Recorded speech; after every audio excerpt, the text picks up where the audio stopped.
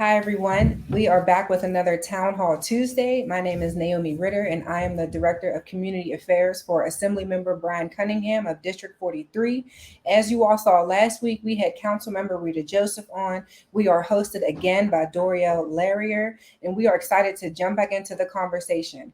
This week, we have a couple different topics we're going to cover, including Juneteenth and a couple other things.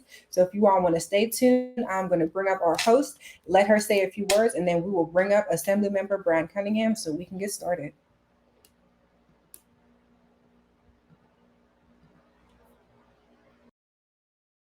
Good evening. Welcome to this third episode of the Town Hall Tuesdays with Assembly Member Brian, Brian Cunningham, who's on that side. We are very thankful and grateful for his not just presence, but his prowess in making sure that the civic and community issues of the 43rd Assembly District are addressed. We have caught him on the road between meetings, and we're very excited that he's going to continue to answer questions for us during tonight. Assembly member, welcome back to your Town Hall Tuesday.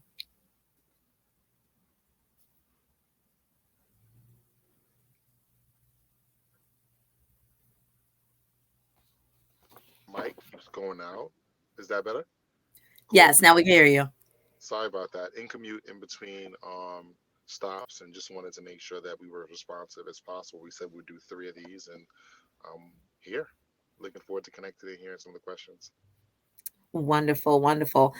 So the first thing that's on the agenda, because we know that your time is tight, is something really incredible happened during this weekend, not just here in the district, in the assembly district, but across the United States. In most places, it's the first time that something extremely significant of a holiday was added to the calendar, and we'd like to hear how you represented for that day and what you did to show your concern for the community. Well, thank you so much. So really excited that 2 years ago, the state legislature, before I got there, passed the state bill that allowed Juneteenth to not only be a federal holiday, but to be a state holiday. Many people on this town hall know the history of Juneteenth in Texas, 2 years after the Emancipation Proclamation was signed, freeing enslaved people. Um, the last folks to get the message was enslaved folks in Texas. We didn't have social media then, so the message didn't spread as fast. But certainly since that time, we've come a long way as a country and still have a long way to go. This weekend, we were excited to Juneteenth have a celebration in the community at Barrow Park with the Crown Heights community. The day before, we hosted our own celebration in the Prosper Lefferts Gardens and Flatbush community at a site actually deemed as an African burial ground that we just discovered recently. I think many people can probably say that we have many sites that are burial grounds for enslaved people whose names are forgotten, never told in history. But we're excited to learn about this space in our community and working very closely again with our council member Rita Joseph and our colleagues in state and city government to make sure we memorialize that space, make sure that folks in the future know that space exists, similar to the one down by City Hall, by Wall Street. But it was just an incredible weekend to just bring people together with the festivities and sounds of our heritage from all over the diaspora, whether you were born on the cotton fields of South Carolina or in the mango-rich areas of the Caribbean. It was just good to see our culture on full display, celebrating our full selves as Black people, Indigenous people, healing from the diaspora, healing from Africa. So I'm really excited to have our first annual celebration. We just want to thank our staff for the amazing work they did. Naomi, who was on the call earlier, and Anthony and others who helped put that together. We're looking forward to our second annual. We had some really great groups, to a Juve Association, and so many groups. I don't want to begin to call names and get in trouble, but it was a full decorative community celebration, and looking forward to seeing what that looks like in future years. Wonderful, wonderful. Actually, can you just identify the location that you had it at so next year we can you can Yeah. have a larger crowd? Yeah, so the location it was at this year was on the corner of Bedford and Church Avenue, which is an African burial ground that we discovered recently. And working with Community Board 14 to figure out what to do with that space to give honor to our ancestors, but also give honor to the community that it now exists in, and how best to do that. The other space that we activated was the Parkside Plaza, which many people in the Prospect Lefferts Gardens are familiar with. It's right outside of a train station, right next to Prospect Park, which is what we call Brooklyn's backyard. And it was just really Yeah. good to again see neighbors we haven't seen in a while, folks from community leaders and others just gathering the space and having a good time. We do plan on extending it into Crown Heights in next year, but I know that Borough Park, Friends of Borough Park, had their own event on Sunday, which we attended. We didn't want to take anyone's thunder. We want to just add to the flavor, the diversity, the richness of our community. So, looking forward to being a part of many Juneteenth celebrations. Our colleagues in Buffalo, our majority of Crystal People Stokes host the largest in the state of New York. Would have loved to have been there, but there's no place, like Allison said, like home. So it was good to be with my friends, my family, my neighbors. Excellent. Now, I would be remiss as a person born and raised in Flatbush if I did not circle back. The location that you were at is a part of the block of my old alma mater. So those people who went Amen. to Erasmus Hall, or if Yeah. you know the hall, if you know Erasmus, you know that there was actually a building on that structure, or on that platform, that I believe was part of a yeshiva. So when I was a student there was I believe it was a girls' school, if I can remember that well. And then just they closed it, and then they tore it down, and then it was left vacant for a while. And we were always wondering in that community, what are they going to do? What are they going to do? And then a few years ago, someone noticed, did some digging, what have you, excavation, that yes, indeed, it is part of a burial ground. And so we are very, very proud to have that be elevated as a part of the church and Flatbush and Church and Bedford Avenue community. Of course, it's connected to Dutch Reformed Church. If you're part of that area, you know what I'm talking about. Yeah. But just to If you're know, not from the area, come by. I mean, it's you can actually feel um, the spirits of the people who were there and toiled our land and took care of our community before we got there. So it's just amazing space, and um, encourage everyone to come by. excellent, excellent. So definitely we look forward to seeing more of that. And I'm going to keep saying this, that we have to correct the history and protect the history. And I did not make that up. I got that from a good brother who does this same type of work. So we thank you for sharing and for telling us a little bit about the Juneteenth celebration and how you in your community are trying to make sure that you hold fast to the history before it gets lost. Because if it's not taught in schools, different conversation, it has to be taught somewhere. And if it's taught on the streets and through our political leaders, that's what we need, because we need somebody to stand up and say, yes, we represent. Well, let's just, as you talk about curriculum in schools, I also want to say we do have a bill that's going to focus on bringing education and the contributions of Black people into the curriculum. And I hope to, it was introduced this year very late, so we couldn't get that one across the finish line in terms of passage. But I do think there's mounting support. There's a Senate bill as well with one of my colleagues, Senator Cordell from Harlem, who carries a similar bill number in the state Senate. I carried in the Assembly, and I think there's a lot of emphasis, particularly given some of what we've seen over the last couple of years, the misinformation and disinformation of Black people in this country, and how that fosters sometimes hate and misunderstanding, and sometimes leads into things like the Buffalo shooting and other instances where we've seen mass shootings and mass violence against Black bodies. I think it's really important that if people don't know the history, that they learn their own history, so they stop hurting each other. And if people who don't look like us don't understand our history, it's really important to understand the contributions we've made, that we didn't arrive. We weren't just slaves or enslaved people. We were people who have been contributors to this community, this country, this world. And looking forward to seeing that bill reintroduced next session, and hopefully passed as a landmark piece of legislation that would directly impact um, Black people. So I'm going to beg here that in the next few town halls that you have, that you provide as much information about those who want to speak up for it, who want to Yep. support it, and then those, if you feel otherwise, that you speak as well. And I'm saying that only because someone sent me this weekend an article about, let's just say, another town Yep.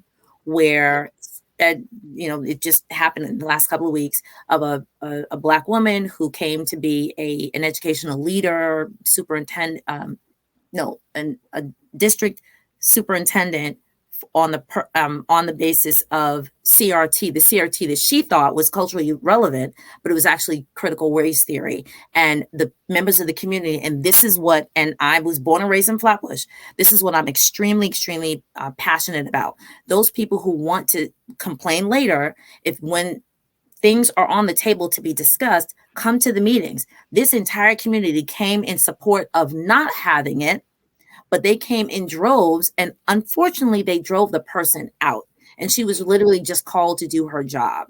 But that's a whole other DEI conversation for another day. But the focus is that when she was called to do the job, the people came again en masse, and they made their voices heard in our communities. And I'm born and raised in one. We don't necessarily show up, but then we have a lot to say later on. And so if this is something, if people are like, oh, well, I think that the school should teach this part of history.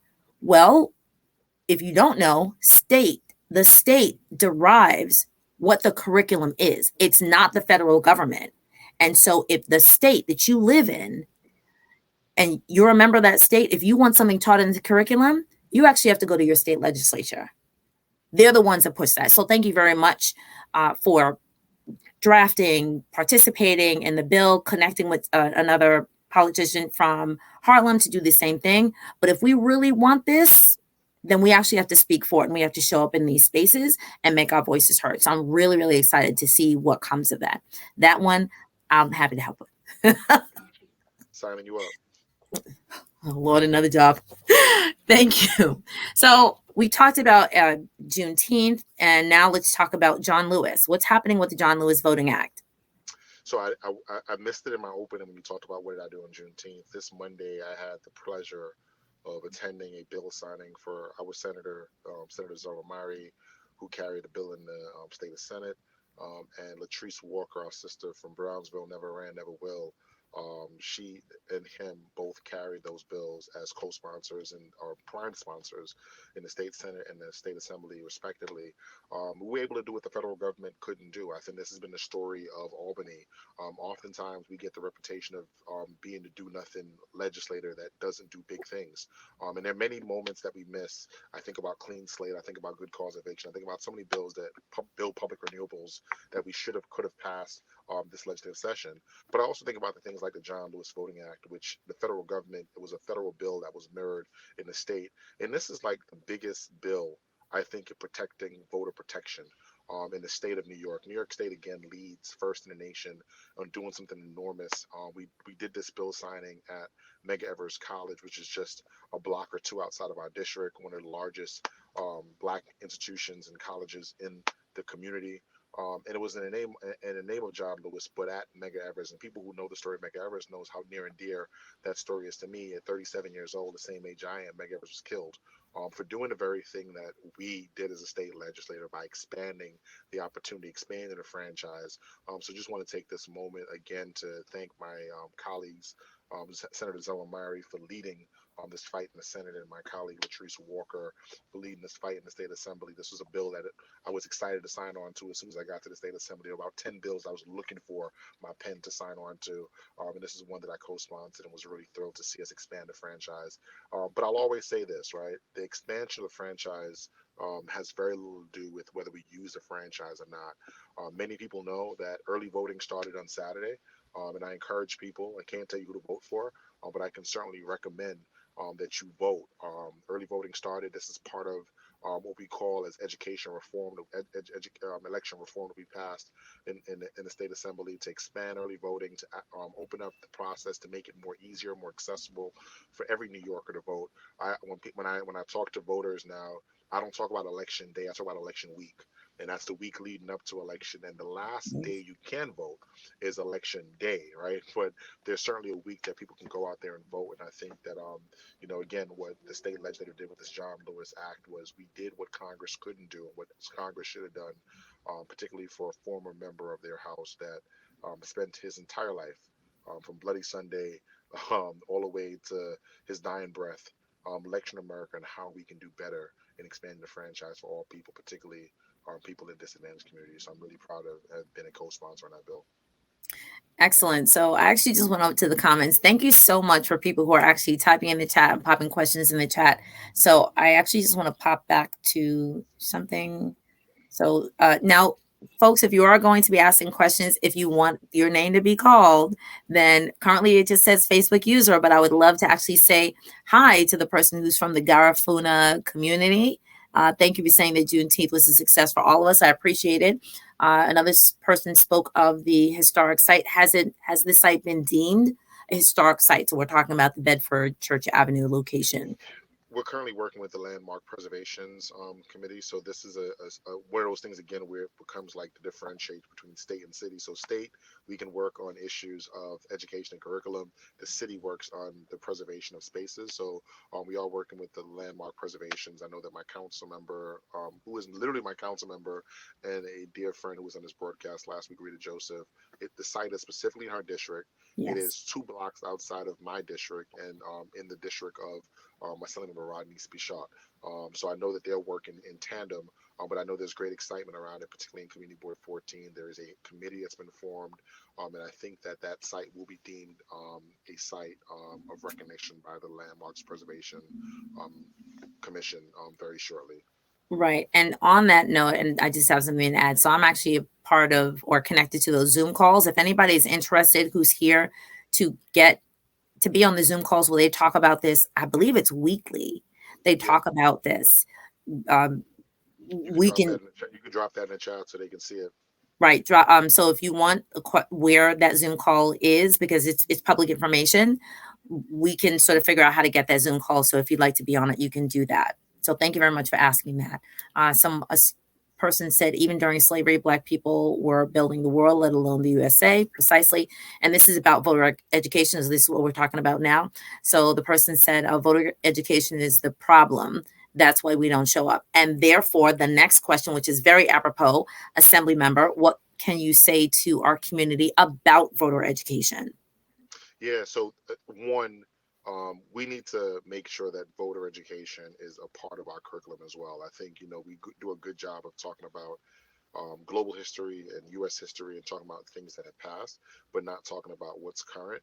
I can't tell you how many times I go to a door and talk to a voter, and even voters who are considered triple prime voters, people who vote in every single election cycle, don't understand the difference in how a city, state, and federal government work, the different branches of government. We're hoping that in the fall, as we turn our attention away from this legislative session and some of the things we accomplished in this session, beginning to use these forums, these opportunities for more voter education, for more bringing in commissioners and other people. I always say that I'm a generalist, not a specialist. And we have folks who are specialists in certain areas that we want to use our convening power to bring people together to talk about things that are important to their community and give them education and insight on how our government actually works. Big shout out to my predecessor for some of the work she did around civic minded, opening that process. And that process continues with these Tuesday town halls to educate voters, to inform voters, not only about the political process, right? Because there's the idea that voting is the thing that citizens do. But I think you said it earlier, Doriel, the process of being an informed citizen or informed electorate is continue to keep your legislators honest, to put pressure on them for legislation that's important in our community, proposing new policy ideas and helping us get those ideas over the finish line. As I often say, I'm one of 150 in a body of people who are coming with different concerns from their different parts, whether it be Western New York or Central New York, or in my case, downstate New York. It's important that when we go and we speak with the voice of 140 people, that 140 people stand behind us and say this is critical to us. So looking forward to the fall to have more sessions where we break down what government is and kind of whiteboard this so people know exactly who to contact for what and how government works, who your commissioners are, what's the difference in your city council and your state assembly, what's the difference in the state assembly and the state senate, right? And what's the difference in the United States Senate and Congress. So definitely want to open up that can of worms. And obviously, I think that's going to lead people down the path of getting a more responsive government. And I think that is so crucial. I can remember this little flashback. I can remember, and I can remember going to middle school, and I know I was supposed to be learning about civics. I went to 391, IS 391, if anybody knows where that is, up on like Troy Avenue. And I remember only hearing the word, and it stuck in my head. It sounds funny, but Bolsheviks. For some reason, that's You the cuss only word. you cussing at the town hall? I'm not cussing, but that's the only word that stuck in my head. And I know I was supposed to be learning civics, but for some reason, nothing else stuck. And then when I got to high school, shout out to Erasmus Hall, I know I took government. I know I had to, but I couldn't tell you when I left what the difference between the senator, the assembly person, the city council, couldn't tell you. And that's one of the reasons why I thoroughly enjoy having conversations with elected officials, because honestly, I need to reteach myself. I mean, I'm a little stronger, obviously, now than I was before, but I can just imagine other people, whether you feel like you were marginalized or whether you're a newcomer to this country, whether you're a newcomer to this state, because not, all states have the same type of elected officials in some regard. Borough president, that doesn't happen everywhere, Brooklyn. Yeah. But it's really important for people to understand, yes, who is who addresses what, who deals with what, who signs a bill for what. Because you really could be yelling at the wrong person and they're like, I get yelled at all the time, but I I don't think do that. that's part of being a public servant, right? It's like listening with empathy, responding with grace, and redirecting people to the solution. That is the Somebody heart type that of in the a chat. good Somebody type that in the chat. Beautiful. legislator. Excellent. So thank you so much. And thank you folks for asking the question. So we definitely will look forward to, okay, I'm going to read that one. We're definitely going to look forward in the fall to, let's call it Civics 101. That's the name of the show, Civics 101. Yeah, we're gonna do that right in September. Excellent. So there is one other comment, and it's voter education is the key. Too many are registered and are not or don't even show up to vote. We are currently focused on education in the Garifuna community and surrounding areas. We appreciate you, Garifuna community Yeah, respondent. Please just drop your name so we could try yeah, to we're reach gonna out look to to you. connect. Yeah, if folks can, Excellent. yeah, please do that. I would love that. Beautiful, beautiful. So let's shift to gun prevention. Yeah, the last month particularly has been extremely heavy. I remember uh, being in Albany at the time when the Buffalo shooting took place. And then a week after that, while we were still wiping the tears from our eyes from a community that lost so many people, we ended up having a shooting in Texas, um, which is interesting that we're talking about Texas twice in this month in two different contexts. One of being the last place to learn they were free, black folks, and the gun violence that took out so many small children, and still in action by Congress. My wife was in Philadelphia for a music festival, a Roots concert with some friends, and then she called me the night to say there was a shooting in Philadelphia. On the Q train, there was a man who we heard about that was shot going to brunch. Gun violence has been a problem both nationally and locally. Funny enough, there are no gun manufacturers in New York State. There's not access to guns in New York State, but the Iron 95, as we call it, continues to be a pipeline for guns into our state, and also the Midwest. The New York State legislature again acted where Congress failed to act, and again, it's not because of a lack of good Democrats. It's because of a lack of common sense among some of our colleagues, um, who are centrists and on the far right of this issue. And we needed to act. So we passed, with the support of the governor signing it very quickly into law, a 12-point plan to combat some of the gun violence. Now we're clear and very clear. Let me say this: that our actions are always late. They're guns in the hands of the wrong people, but we took steps to make sure that that doesn't happen moving forward. We strengthened our red flag laws, which essentially says that dangerous people should not have access to firearms.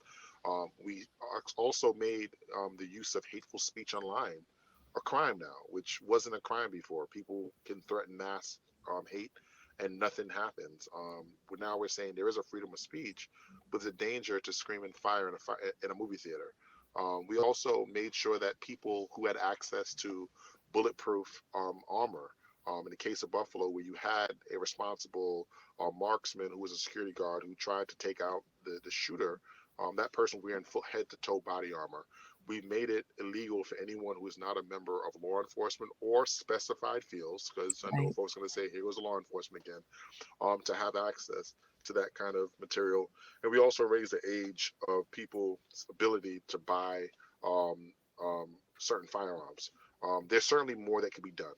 There's certainly more that should be done. And I know the governor is working with 9 states connected to us, Philadelphia, Connecticut, and others in the tri state area and in the immediate surrounding areas to strengthen our gun laws there as well.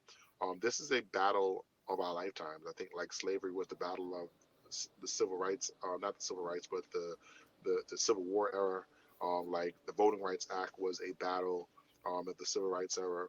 This is our moment right now to actually do something heroic, big, important, to continue to further make New York the safest state in the nation, but also to lead the nation. And also, that leadership means helping other states also use our bills as a model for success in reducing gun violence and people who are dangerous having access to firearms, particularly folks with high capacity magazines like AR-15s and others. No one is disputing that in certain parts of the country people are hunters. No one's disputing that in certain parts of the Right. country people certainly need a modest handgun to defend themselves where there's not access to police as frequently as there's in New York State. But we all can agree that an AR-15 has no place in the hands of a citizen trying to protect their home or to doing any kind of meaningful hunting. That will rip through the meat that you're trying to put on the table. So we have to do more as a country. We need bold, courageous legislators to stand up and to do this work with us.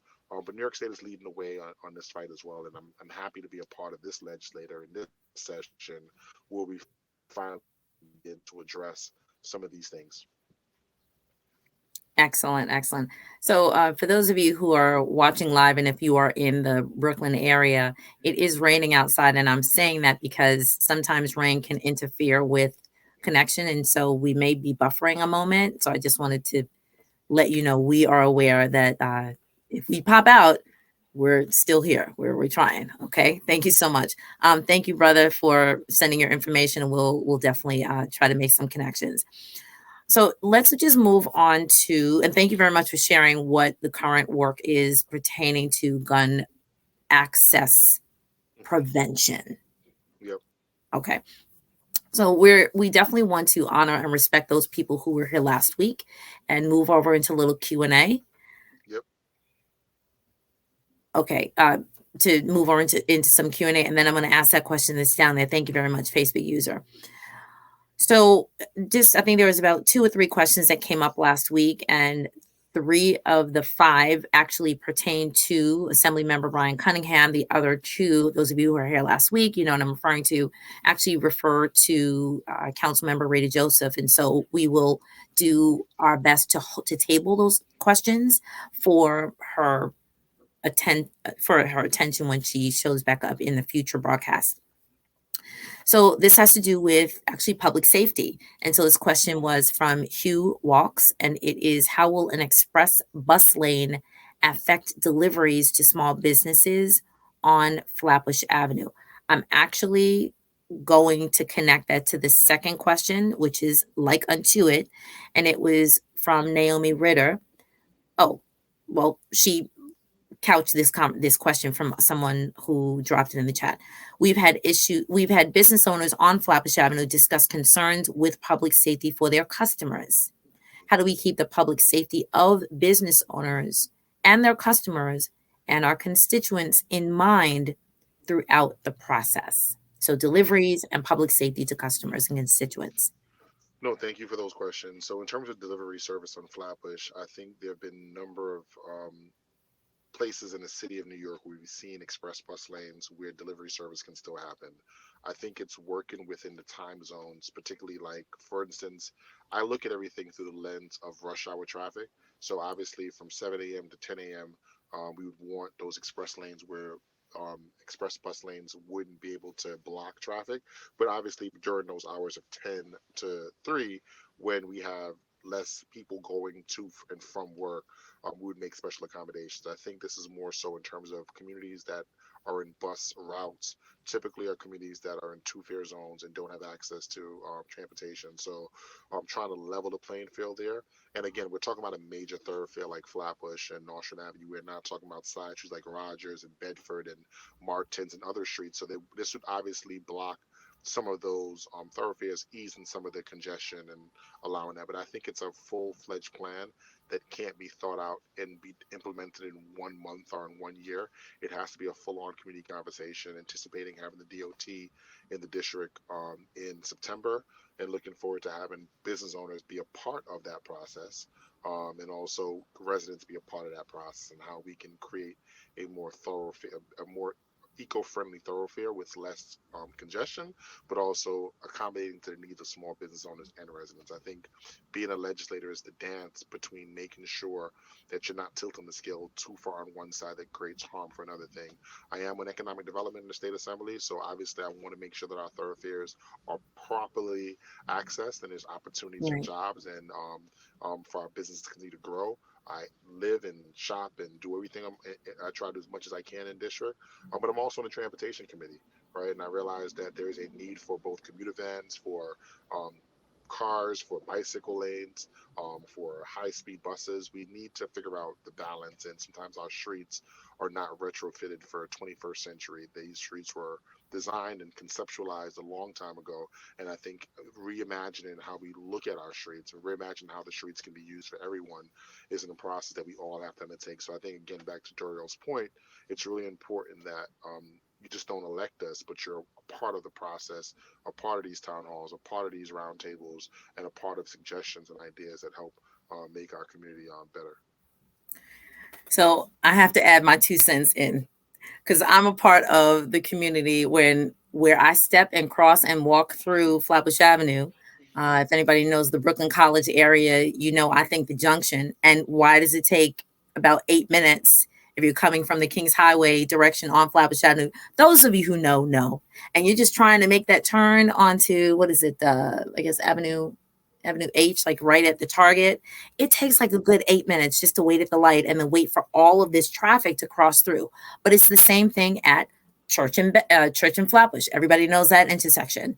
Those people who know like the Empire Boulevard, who know Eastern Parkway. These are huge thoroughfares. And so when I think of I correct me if I'm wrong. I know them as Jersey malls, but maybe they're called something different. What is that median that is now at the corner of Parkside and Ocean? There's there's actually a middle. I think they call it an island, but yeah, I know you're referring to. I Okay, think the technical so term is island. correct. So these islands that have been constructed that are supposed to allow for people, I guess, as they're crossing the street to kind of have a little space in the middle to stand, or just to divide traffic. Now, of course, these conversations and these plans were made 10 years ago, Hmm. at least. Were people a part of it then? They didn't even know what was happening realistically. Like they didn't know the new construction is coming up on Linden Boulevard, like that 20-story building, on Lenox. But it's in these areas where, again, if you're not at these town halls, if you're not at these roundtables, if you're not a part of the conversation, then when it shows up and you're like, oh my gosh, what is affordable housing in this building that looks like it really needs to belong to downtown Brooklyn and Dumbo or in Manhattan? But the same thing with the bus lane issue, with the bike lane issue, with sanitation, with the trucks that go up and down Caton Avenue. So these conversations, if you care about the community that you live in, whether or not you're here for a year, 5 years, 10 years, whether or not it's your transient community, and those who know what I'm talking about know, because if we come from the Caribbean, we make a stop here in little Caribbean, little Flatbush, and then we move on to somewhere else. Care about the air that you breathe. Care about the streets that you cross. Care about where your children are going to go to school. Don't complain about why my child is in a class of 30 students, but you haven't gone to the PTA. And it doesn't matter if you're, correct me if I'm wrong, it doesn't matter if you're undocumented or not. No, these conversations. So, in fact, listen, I often say people who are documented can vote, but people who are undocumented are still represented by the elected officials, Because right? that's So, why I I'm brought very it up. clear on the fact that I don't look at your documentation status when you call our Mm, office. We look at the issue you're calling our office for, and if it's in the power of our office, we solve it. If it's not in the power of office, we make a referral to an agency, to a city, to an elected official who can help with those issues. But the answer is never no. The answer is how can we help you? And if we can't help you, how can we get you to connected to services that will dramatically improve the quality of your life? right. So I do actually want to bring up a question that just popped up, and it said pertaining to decisions that are made. And so the person says these plans, meaning I guess the plans about, the little islands and buildings that go up, these plans are announced to the public after decisions have been made. I You will know, say that. let me I, let me jump in there and say, look, wait. we One thing, have other thing, and the meetings are held during work hours.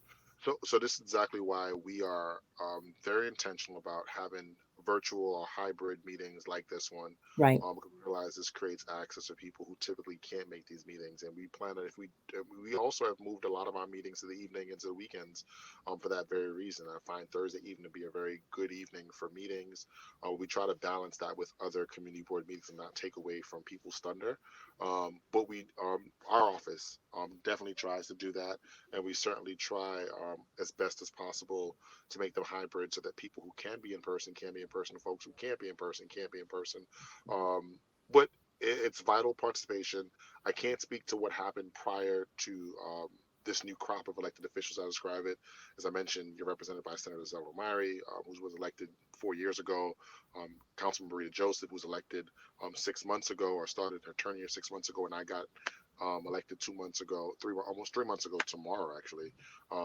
And I think there is a different appetite of us doing things differently, and trying innovative things and using technology, and certainly trying to be as responsive as we can, both in the community and online. So I'm looking forward to a shift in that, and continue to make the public notified of events. Please follow our NYAM Cunningham page on our Twitter, our Instagram, and our Facebook. We just don't highlight things we're doing from an office. We just don't center me, the elected official, on it. You'll see my staff. You'll see events we're not at. You'll see people who are currently, doing events in communities. We try to promote other people's events. So if you have information as well, send that to us. We'll push it out. But I think it's really important to get that information out to the ethos. Excellent, excellent. So, on that note, if you are actually following the Assembly members page and you see the events pop up, because I know that this is going to pop up, he'll be back. It's probably the rain. If you see things that we know you're there. I just said, I know you popped out for a second. It's the rain, and you see something that this is like, if you see something, say something. But if you see something like, wow, they're having a Juneteenth celebration. Oh my goodness, I want to, Share it. where is it going to be? Share it. Sharing is caring. You can't say, oh, well, I didn't know. But are you And, following your and assembly members page? and everyone's not following our page, right? But they might be following your page because we're all micro influencers. We all have people that follow our pages. So when you have, good information, just like these funny videos go viral on social media, information should be viral as well. Again, um, to circle back to the earlier part of the conversation, there were people in Texas who did not know they were free. Right, and we have the power of social media. We have the power of the phones in our hands are far more powerful than the rocket ships that went to the moon. Precisely. So we have the power to all be a part of this process called civic engagement and sharing, and teachers and elevators information. So encourage everyone to continue to do that. Excellent. Thank you so much. Remember this. Yes, it can be a weapon, but it could also be a bandage. It could be a salve. So use it as a salve. You're gonna TikTok something that's positive. Please, Yeah. let's shift the atmosphere. All right. So the last question, which will probably just be your perspective on it, and this was from Dwayne Nicholson, and this was the repeal of the 50-A. So if you give us I like think two we made. seconds about that. I think we made a big mistake repealing that. Obviously, I think giving qualified immunity to officers who've committed harm against communities is a non-starter. We say this about the former president Donald Trump, and we say this about police officers. No one's above the law. Full stop. Period. If you committed an act of state violence, whether have a badge and a gun legally or not, you need to be held accountable for your actions. So I think it was a misstep, and looking forward to again we pass a bill, we repeal a bill, we go back to the drawing board. I think there are ways to go back to the drawing board every single legislative session and try to do something bolder and more courageous, and look forward to being a part of that movement. I think many of you guys know I spent 5 years in the criminal justice reform space, 2 years doing cure violence and making sure we kept guns out of the hands of people in communities, and 3 years making sure that we made sure that people who, on their worst day, at their worst self, weren't held accountable to that for the rest of their lives. We can walk and chew gum. We can look at laws that we passed, and we can go back to the drawing board. So yeah, absolutely. I think it was a misstep for us to do that, and I wasn't a part of the legislature then, but I do take full responsibility as a legislator now to go back to the drawing board and have those conversations. So thank you, Dwayne, for that question. Excellent, excellent. And I'm only looking over my shoulder because, as you know, I'm popping out to another event for gun violence. So, but just want to say thank you, thank you so much again for hosting, and looking forward to all the questions in chat. We are going to be taking a break next Tuesday for obvious reasons. It is going to be election day in the state of New York, and we'll be very busy, but we'll make sure that our new series of Town Hall Tuesdays are announced with topics and commissioners and other thought leaders in the space. And Doriel, I'm hoping that you'll join me for all of these. If you invite me, if you call my name, I'll be there. It's a public invitation. Now you're on record. I'm on record. So I'm going to hop Thank over you to so much. you on. Thank you. I appreciate it. All right. Thank you so much, everyone who has taken the opportunity to be here with us, to be in our space, to be in our virtual space, for the questions, for the comments. Who is laughing? It's not funny, but it is funny. But it's a blessed opportunity to be a servant, to help in the way that I can help. Thank you so much. Again, I just wanted to actually pop and read these last comments. So thank you to the person, I think it's Shantice Williams. Community meetings are vital.